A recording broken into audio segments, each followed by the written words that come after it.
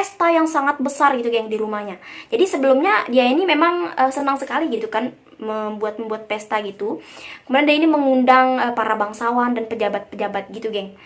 Nah, di tengah hiruk pikuknya pesta, di tengah meriahnya pesta geng, tiba-tiba api besar geng menyala gitu geng, yang berasal dari dapur, yang dimana dapur ini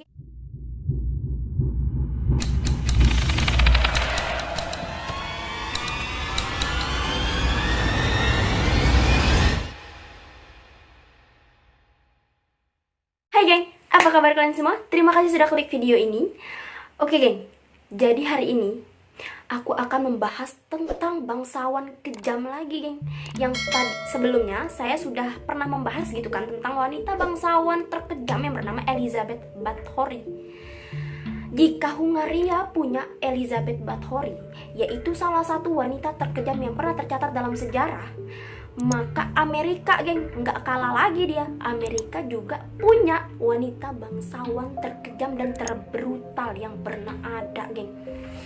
Nah, mungkin di antara teman-teman sudah ada yang pernah dengar nama Madame Lalaurie.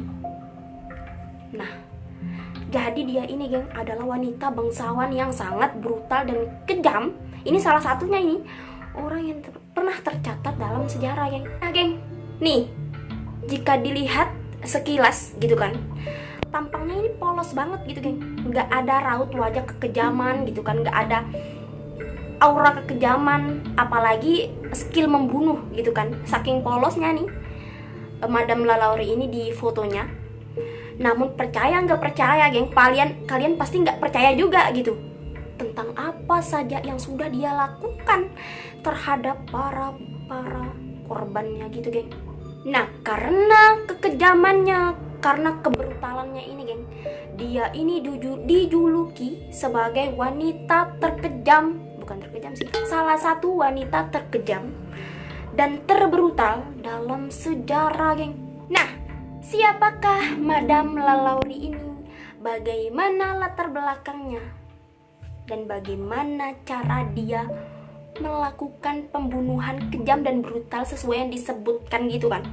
Oke, jangan bengong, jangan di skip, kita masuk ke pembahasan. Let's go. Kenalin geng, nama asli dari Madame Lalaurie ini yaitu Mary Nevin McCarthy. Ya ini lahir di New Orleans, Amerika, yaitu pada tanggal 19 Maret 1987. Ayahnya bernama Louis Barthélemy de McCarthy dan ibunya bernama Mary Jean L. Rebel. Nah, jadi nama Lalaurie ini sendiri geng merupakan nama belakang dari suami si Madame Lalaurie ini geng. Madame Lalaurie ini geng memiliki keluarga yang sangat harmonis, bahagia gitu keluarganya. Dan dia ini juga merupakan sosialita, orang kaya raya, orang terpandang mereka ini geng. Keluarga McCarthy ini geng sebenarnya berasal dari Irlandia.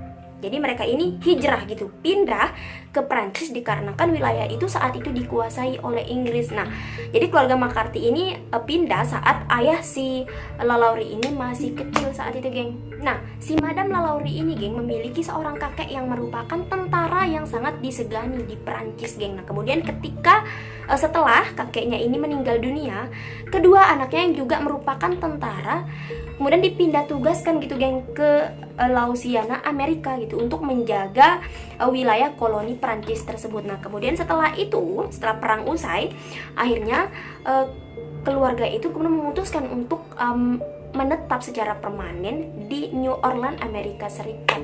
Namun geng, gak lama kemudian kedua orang tua Madame Lalaurie ini tewas geng dikarenakan meletusnya pemberontakan budak di wilayah itu saat itu geng. Telah dijelaskan sebelumnya gitu kan geng bahwa keluarga ini merupakan keluarga yang kaya gitu kan, merupakan salah satu keluarga yang termasyhur di New Orleans. Nah, jadi keluarga ini geng nggak hanya menguasai banyak harta gitu, jadi mereka ini beberapa anggota keluarga mereka juga menempati posisi yang strategis dalam pemerintahan. Salah satunya yaitu Augustin de McCarthy yang merupakan sepupu dari Madame Lalaurie ini menjabat sebagai wali kota di New Orleans saat itu geng. Status keluarga ini geng sangat menjulang tinggi gitu di lingkungan masyarakat, yang menjadikan anggota keluarga ini sebagai orang yang terpandang, yang sangat disegani gitu geng di lingkungan sosial gitu. Nah, termasuk si Madam Lalaurie ini, dia ini dikenal sebagai wanita yang sangat ramah, sopan santun, dan anggun, berkelas. Pokoknya dia ini dikenal sebagai wanita yang sangat baik, perfect gitu lagi yang di lingkungan masyarakat. Dia juga kerap sekali gitu mengadakan makan malam dan jamuan-jamuan yang sering mengundang para bangsawan lain gitu, geng. Mary Delphine Lalaurie, atau sering dipanggil dengan Madam Lalaurie ini, telah tercatat menikah sebanyak 3 kali dia, geng. Nah, pernikahan pertamanya dia menikah dengan seorang bangsawan Spanyol yang bernama Don Ramon Lopez. Nah, hasil pernikahan ini mereka dikaruniai seorang putri. Namun malangnya, geng, si Lopez ini meninggal dunia yaitu pada tahun 1804. Nah, 4 tahun kemudian si Madam Lalaurie ini menikah lagi dia dengan seorang pria bernama Jean. Lagi-lagi suami keduanya ini harus meninggal juga, geng, yaitu pada tahun 1816. Lanjut, yaitu 9 tahun kemudian, yaitu tepatnya pada tanggal 25 Juni 1825, si Madam Lalaurie ini menikah lagi dia, geng, untuk yang terakhir kalinya, yaitu dengan seorang dokter yang bernama Leonard Louis Lalaurie. Nah, nama terakhir Lalaurie inilah yang digunakan, yang diambilnya dari nama suami terakhirnya ini. Kemudian, geng, yaitu pada tahun 1831, Madam Lalaurie ini dan suaminya kemudian membeli sebuah rumah besar sekali, geng. 3 lantai rumahnya, geng. Jadi alamat rumahnya ini di 1140 Royal Street, New Orleans, Amerika. Dan gak hanya itu, geng, mereka juga membeli budak juga, mungkin untuk meringankan pekerjaan rumah, untuk membersihkan rumah besar itu. Namun, geng, tak ada yang menyangka di balik rumah mewah yang tersimpan barang-barang mahal gitu kan, ternyata terdapat ruangan-ruangan penyiksaan, yang penyiksaan itu di luar batas kemanusiaan gitu, geng, di luar akal manusia gitu, geng. Dan pelakunya sendiri adalah Madam Lalaurie ini, geng, yang tadi luarnya casingnya ini sangat lembah lembut dan sangat penuh dengan kasih sayang gitu, geng. Nah, sama seperti kisah Elizabeth Bathory kemarin yang sudah saya jelaskan di video saya yang sebelumnya itu, geng. Kejahatan mereka ini, geng, 11-12 gitu, geng. Singkatnya nih, pada suatu hari nih, si Madam Lalaurie ini menyuruh pelayannya yang masih muda, yang berusia 20 tahun bernama Lea, untuk menyisir rambutnya, geng. Nah, dikarenakan kesalahan kecil yang dilakukan oleh si Lea ini, dia ini nggak sengaja gitu, geng, menyenggol barang gitu, sehingga rambutnya si Madam ini ketarik dan menyebabkan beberapa helai rambutnya ini copot, tercabut. Mungkin, of course, pasti sakit gitu kan. Akhirnya si Madam Lalaurie ini marah besar, dia ini murka, dia ini saking sakitnya itu kan. Akhirnya dia ini hendak memukul si pelayan ini, namun pelayan ini lari ke arah balkon. Kemudian dia ini terpeleset, geng, dan jatuh ke bawah. Dan seketika itu si pelayan ini tewas. Berapa lama kemudian setelah insiden itu, geng, sepupu si Madam Lalaurie ini yang juga merupakan gubernur di situ, geng, datang ke sana dan melihat kejadian tersebut, geng. Nah, otomatis si Madam Lalaurie ini nggak bisa mengelak dong, dia nggak bisa ngeles karena ini kejadiannya udah di depan mata gubernur itu, geng. Nah, akhirnya kasus ini dibawalah, geng, ke pengadilan. Bukannya si Madam Lalaurie ini dipenjara, malah dia ini nggak dihukum sama sekali, geng. Malah dia ini hanya disuruh bayar denda yang dinilai denda itu tidak sepadan sekali dengan apa yang sudah dia lakukan. Lagi-lagi orang kaya gitu, geng, ya banyak uang gitu kan, bisa beli segala. Hukum bisa dibeli dengan uang. Semua orang, geng, kemudian melupakan kasus pelayan Malang itu, bagaimana dia mati dan kenapa dia bisa mati di rumah Madam Lalaurie ini. Jadi mereka ini beranggapan, mereka ini berpikir gitu bahwa itu hanya kecelakaan biasa. Oke, itu cuma kecelakaan biasa, lupain aja gitu kan. Dan sampai akhirnya, geng, terjadilah sebuah peristiwa di mana peristiwa tersebut akan membukakan mata hati, mata batin seluruh masyarakat New Orleans, Amerika itu saat itu, geng. Di mana siapa Madam Lalaurie ini.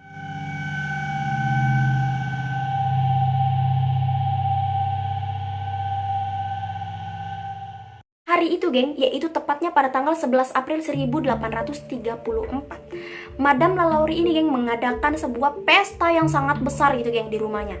Jadi sebelumnya dia ini memang senang sekali gitu kan membuat pesta gitu. Kemudian dia ini mengundang para bangsawan dan pejabat-pejabat gitu, geng. Nah, di tengah hiruk pikuknya pesta, di tengah meriahnya pesta, geng, tiba-tiba api besar, geng, menyala gitu, geng, yang berasal dari dapur, yang dimana dapur ini, geng, terpisah dia dengan ruang utama tempat diadakan pesta itu. Nah, pertanyaannya di sini, geng, dari manakah api itu berasal dan bagaimana bisa terjadi kebakaran gitu kan? Nah, jadi, geng, 1 hari sebelum diadakannya pesta, ternyata si Madam Lalaurie ini, geng, mengikat seorang koki pribadinya gitu. Seorang koki ini berusia 70 tahun. Dia ini diikat dengan rantai besi gitu, geng, di open. Kemudian jadi kokinya ini berpikir gitu, geng, daripada terus disiksa kayak gitu kan, akhirnya dia memutuskan untuk membakar dapur itu, geng, memutuskan untuk membakar rumah si Madam Lalaurie ini. Nah, itulah sumber api dan itulah penyebab kebakaran yang terjadi di rumah si Madam Lalaurie itu pada malam pesta itu, geng. Kemudian para tamu undangan pun, geng, mereka ini berhamburan gitu keluar dari rumah si Madam Lalaurie ini karena apinya ini semakin besar. Nah, akhirnya pemadam kebakaran pun segera datang untuk menjinakkan api tersebut, geng. Nah, sementara Madam Lalaurie ini, geng, dia berkesempatan saat itu untuk melarikan diri dikarenakan dia takut kejahatannya ini akan terbongkar gitu, geng. Nah, singkatnya, geng, datanglah nih para petugas pemadam kebakaran gitu kan, masuklah mereka ke rumah si Madam Lalaurie ini. Nah, betapa terkejutnya mereka, di salah satu ruangan itu terdapat beberapa pelayan yang dalam kondisi terikat gitu, geng. Nah, akhirnya mereka penasaran gitu kan, mereka mencarilah beberapa mungkin orang lain gitu kan yang mungkin terikat atau terapakan. Akhirnya mereka menggeledah, geng, semua ruangan yang ada di rumah Madam Lalaurie ini. Kemudian, geng, ada sebuah ruangan nih yang ditemukan oleh para petugas kebakaran tersebut, pemadam kebakaran tersebut, nggak bisa kebuka gitu ruangan itu, geng. Akhirnya mereka ini memutuskan untuk naik gitu ke atas loteng untuk mendobrak pintu tersebut. Nah, segera ketika pintu ini terbuka, geng, bau yang sangat busuk dan menyengat keluar gitu, geng. Dan para petugas pemadam kebakaran ini nggak percaya gitu dengan pemandangan gitu, geng, di mana mayat berserakan, ada lusinan gitu, geng, yang mereka ini sudah tidak tahu gitu, mayat ini udah nggak memiliki bentuk saking sudah hancurnya, terurainya mereka mayat-mayat ini di sana gitu, geng. Dan diduga ini mayat-mayat para pelayan-pelayan yang kerja dengan si Madam Lalaurie ini. Nggak hanya itu, geng, mereka juga menemukan mayat pelayan pria terbaring tanpa kelamin yang sepertinya dia ini kayak selesai operasi kelamin gitu, geng. Nah, sepertinya si Madam Lalaurie ini melakukan eksperimen gila gitu, geng, dengan memanfaatkan tubuh para pelayan-pelayannya ini. Pemandangan lainnya, geng, beberapa pelayan, geng, ditemukan tewas dalam keadaan mulutnya ini penuh dengan kotoran hewan yang kemudian sudah dijahit mulut-mulutnya ini, geng. Nah, jadi tujuannya dia ini memasukkan kotoran ke dalam mulut korbannya ini kemudian dijahit itu apa? Dan banyak sekali, geng, orang yang berspekulasi bahwa Madam Lalaurie ini tidak melakukan hal ini sendiri. Mana mungkin gitu kan, dia memasukkan kotoran hewan ke dalam mulut para pelayannya ini kemudian dijahit sendiri. Ini adalah hal yang setidaknya dilakukan oleh 2 orang gitu, geng. Jadi apakah si Madam Lalaurie ini dibantu oleh suaminya atau mungkin ada orang lain gitu yang membantunya? Ini masih menjadi teka-teki. Beberapa pelayan lainnya juga, geng, ditemukan dalam kondisi yang tak kalah mengerikan lagi, geng. Di antaranya seorang pelayan, geng, ditemukan dengan kaki tangan yang sudah dipotong kemudian disambung lagi, jadi dibentuk kayak seperti kepiting gitu, geng. Nah, di lantai juga, geng, banyak sekali berceceran usus. Beberapa pelayan wanita juga, geng, ditemukan meronta-ronta, mereka ini minta tolong gitu, geng. Wanita ini tahu gak, geng? Ditaruh di dalam kandang anjing yang sangat kecil gitu, geng. Nah, gimana cara dia ini memasukkan wanita ini ke sana? Jadi sepertinya wanita yang ada di dalam kandang anjing tersebut, geng, sudah patah kaki tangannya ini karena dipaksain gitu, geng, masuk ke dalam kandang yang sangat kecil sekali itu. Banyak, geng, mayat-mayat yang ditemukan dalam kondisi terikat kemudian bergelantungan di loteng-loteng itu, geng. Gak hanya itu, ada juga mayat yang sudah tidak bisa dikenali gitu, geng, wajahnya, rupanya, karena sudah dikuliti gitu oleh si Madam Lalaurie ini. Gak hanya itu, geng, beberapa pelayan juga kulitnya ini, geng, dikuliti halus membentuk seperti pola melengkung gitu, kayak ulat bulu gitu, geng. Kebayang gak sih, geng, gimana penderitaan yang mereka alami gitu kan, gimana sakitnya saat dikuliti itu loh, geng. Waduh, ini aduh, kejam banget gitu kan, brutal sekali si Madame Lalaurie ini. Selain itu, geng, lebih parahnya ditemukan juga ini tengkorak, di mana kepala tengkorak itu, geng, memiliki lubang yang sepertinya lubang di tengkorak itu dilubangi dengan menggunakan bor gitu, geng. Nah, bahkan ada pelayan yang ditemukan masih hidup dengan kondisi kepalanya ini ada lubang, di mana lubang di kepalanya ini sudah dipenuhi dengan belatung, geng. Nah, nggak hanya itu, geng. Jadi budak-budak yang telah dipukul, telah dicambuk, kemudian telah disiksa sedemikian rupa oleh si Madame Lalaurie ini, kemudian dimasukkan, geng, di dalam loteng, dibiarkan membusuk, entah mau mati, mau membusuk, mau apa, dibiarkan begitu saja gitu kan, tanpa dijenguk gitu, geng. Nah, kemudian mayat-mayat kemudian pelayan-pelayan yang sudah mati itu, geng, kemudian diikatnya, digantungnya, dijajarnya gitu di loteng, sehingga itulah tadi, geng, makanya loteng itu baunya sangat busuk gitu kan. Nah, jadi katanya nih, geng, putri dari si Madame Lalaurie ini juga sering dia gitu ingin mengantar makanan untuk para pelayan-pelayan yang disiksa itu. Pernah dia juga berbagai cara memberikan makan kepada budak-budak yang disiksa ini, tapi Madame Lalaurie ini malah menghukum anaknya gitu, geng. Dikarenakan perlakuan brutal dan kejamnya si Madame Lalaurie ini, geng, membuat salah seorang pelayannya yang saat itu berusia 12 tahun, geng, anak Malang ini, geng, remaja Malang ini, geng, dia ini memilih, geng, untuk lompat dari atap gitu, bunuh diri, daripada harus menerima penyiksaan yang sangat mengerikan itu dari si Lalaurie ini. Bukti mengerikan lain yang ditemukan gitu, geng, si Lalaurie ini, geng, memiliki alat-alat penyiksaan, dimana seperti alat belenggu, ada yang ukurannya besar kecil, berbagai macam ukuran pokoknya, geng. Ada juga dia memiliki kerah besi, yang dimana kerah ini ada pakunya, yang pakunya ini mengarah ke dalam gitu, geng. Jadi jika kerah ini diletakkan ke leher seseorang, maka ketika orang tersebut bernapas, maka semua paku itu akan tertancap di leher para korbannya ini, geng. Suami si Madame Lalaurie ini juga, geng, sempat gitu dimintai keterangan oleh hakim atas kepemilikan benda-benda penyiksaan itu kan, geng. Namun suami si Madame Lalaurie ini malah membela istrinya ini gitu, geng. Nah, geng, penemuan ini sontak saja gitu kan mengguncang kota New Orleans saat itu, geng. Mereka ini memenuhi gitu mansion mewah si Madame Lalaurie ini.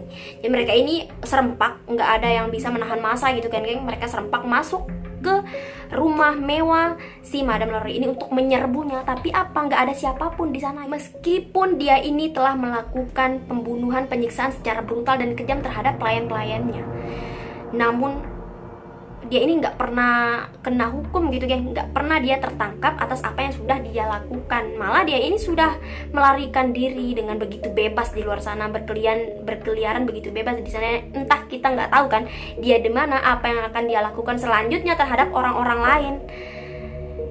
Jadi dia ini bebas hukum gitu, geng. Jadi, geng, setelah si Lalaurie ini melarikan diri gitu kan dari istananya setelah kebakaran itu, nggak ada yang tahu gitu, geng, bagaimana nasibnya, apa yang sedang dia lakukan di sana, bagaimana kehidupan dia gitu kan. Jadi sehingga ini menimbulkan banyak cerita simpang siur gitu, geng, dan akhirnya yang dipercaya itu yaitu versi di mana si Lalaurie ini melarikan diri ke Alabama, yang kemudian pada akhirnya dia ini singgah ke Paris dan meninggal di Paris, yaitu pada tanggal 7 Desember 1842, yaitu ketika usianya 68 tahun saat itu, geng.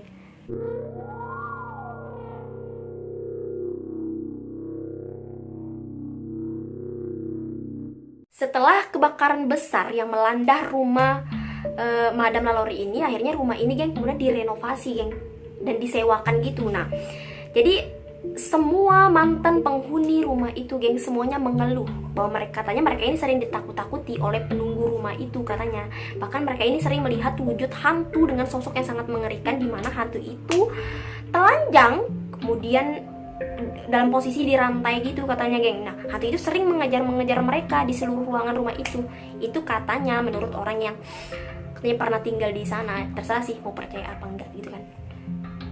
Rumah Madame Lalaurie ini pun geng sampai sekarang masih berdiri kokoh geng di New Orleans, Amerika Serikat geng. Jadi nggak ada yang berani gitu geng ngehuni tempat itu, nggak ada yang berani, nggak ada yang bertahan lama gitu tinggal di sana. Nah, jadi kisah rumah Madame Lalaurie ini geng juga pernah diangkat gitu di serial Amerika yang berjudul American Horror Story yang dirilis pada tahun 2011 lalu. Nah, dan rumah Madame Lalaurie ini sekarang sudah menjadi salah satu destinasi wisata horor di Amerika Serikat, geng. Jadi rumah ini sudah tidak ada yang menempati, sudah dijadikan destinasi wisata gitu. Nah, bagi kalian yang berminat, yang tertarik ingin melihat mungkin rumah Madame Lalaurie, wanita terkejam dan terbrutal dalam sejarah, bisa geng kalian berkunjung ke sana. Nah geng, seperti yang sudah saya katakan berulang-ulang tadi tentang Elizabeth Bathory yang juga sudah saya jelaskan di video saya sebelumnya tentang wanita terkejam dalam sejarah itu. Elizabeth Bathory membunuh para budak, para pelayan mudanya untuk diambil darahnya kemudian diminum agar dia ini persepsinya dia agar dia ini awet muda gitu kan geng. Nah, namun wanita satu ini, Madame Lalaurie ini, dia membunuh, menyiksa dengan brutal, sadis, kejam. Kita tidak tahu geng apa motifnya, apa tujuannya dia membunuh para pelayannya ini. Apakah untuk kepuasannya atau bagaimana? Nah, seperti spekulasi orang-orang gitu kan, bahwa Madame Lalaurie ini tidak membunuh dan tidak melakukan penyiksaan sendiri, pasti ada orang lain gitu yang di belakangnya, pasti ada kaki tangannya itu kan. Jadi saya berpikir, I think dia ini dibantu gitu geng oleh suaminya. Suaminya ini juga seorang dokter gitu geng. Tadi juga tidak mungkin gitu kan suaminya ini, teman satu rumahnya ini, nggak mungkin gitu kan dia nggak tahu bahwa di rumahnya ini nggak ada penyiksaan, bahwa rumahnya ini nggak ada mayat, nggak ada apa. Ini sepertinya suaminya ini juga ikut serta gitu geng dalam penyiksaan dan pembunuhan ini. Dan yang masih menjadi misteri sih, ini untuk apa gitu mereka membunuh para pelayan-pelayannya, para budak-budaknya, ya untuk apa mereka bayar mereka untuk kerja di rumahnya gitu kan. Jadi seperti yang tertera gitu geng, seperti beberapa sumber bahwa mengatakan bahwa korban dari Madame Lalaurie ini berjumlah 100 orang atau mungkin bahkan lebih gitu geng. Nah geng, itulah tadi pembahasan tentang wanita, salah satu wanita brutal dan terkejam dalam sejarah selain Elizabeth Bathory. Nah geng, di antara kalian mungkin ada pendapat atau kritikan mungkin ya. Jadi bisa komen aja geng di kolom komentar. Kurang lebihnya aku minta maaf. Kita ketemu di pembahasan-pembahasan selanjutnya. Oke, thanks for watching. Bye-bye.